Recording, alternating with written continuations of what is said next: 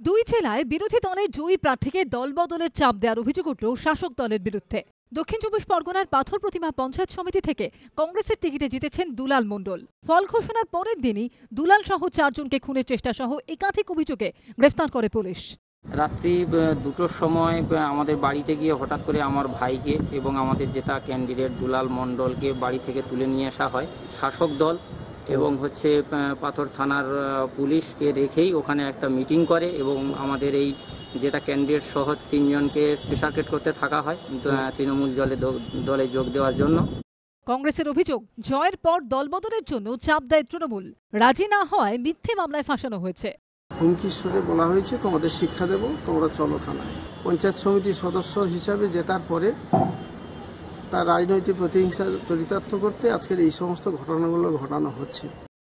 অভিযোগ অস্বীকার করে পাথর প্রতিমা তৃণমূল বিধায়ক সৌমিত জানা জানিয়েছেন, গণনার পরের দিনই তৃণমূলের লোকেদের উপর হামলা হয়, সেই অভিযোগের ভিত্তিতেই গ্রেফতার হয়েছে। আমাদের বিরুদ্ধে ইচ্ছে করে পাল্টা অভিযোগ তোলা হচ্ছে। জয়ী কংগ্রেস প্রার্থীকে থানায় বসিয়ে দল বদলের জন্য তৃণমূল চাপ দিয়েছে বলে অস্বীকার করেছে পুলিশও।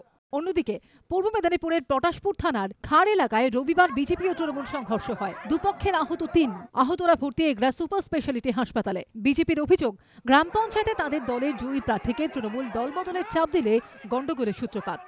কোন রকম বিরোধী পার্টি হিসেবে প্রার্থীকে অঞ্চল প্রধান হিসেবে বসাতে চাইছে না।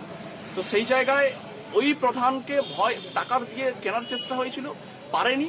সেই জায়গায় উনাকে মারধর, একটা সন্ত্রাস করে ওকে ওই জায়গায় পদত্যাগ করানো কিংবা প্রার্থী হিসেবে ওকে বেছে দেওয়ার যে একটা পরিকল্পনা ওরা সৃষ্টি করেছে। এবারে এই নির্বাচনে বিজেপি প্রার্থী জয়ী হওয়ার পরের দিন থেকে পশ্চিম সাই গ্রামের প্রতিটি মুহূর্তে তাণ্ডব, সেই তাণ্ডবের প্রতিবাদ করার জন্য স্থানীয় নেতৃত্ব এবং প্রাক্তন বিদ্যুৎ কর্মদক্ষ পঞ্চায়েত সমিতি তাকে আচমকা আক্রমণ করে। ভোট মিটেছে, বেরিয়েছে ফল, কিন্তু কবে থামবে এই অশান্তি? প্রশ্ন এলাকাবাসীর। জয়দীপ হালদার ও ঋত্বিক প্রধানের রিপোর্ট, এবিপি আনন্দ।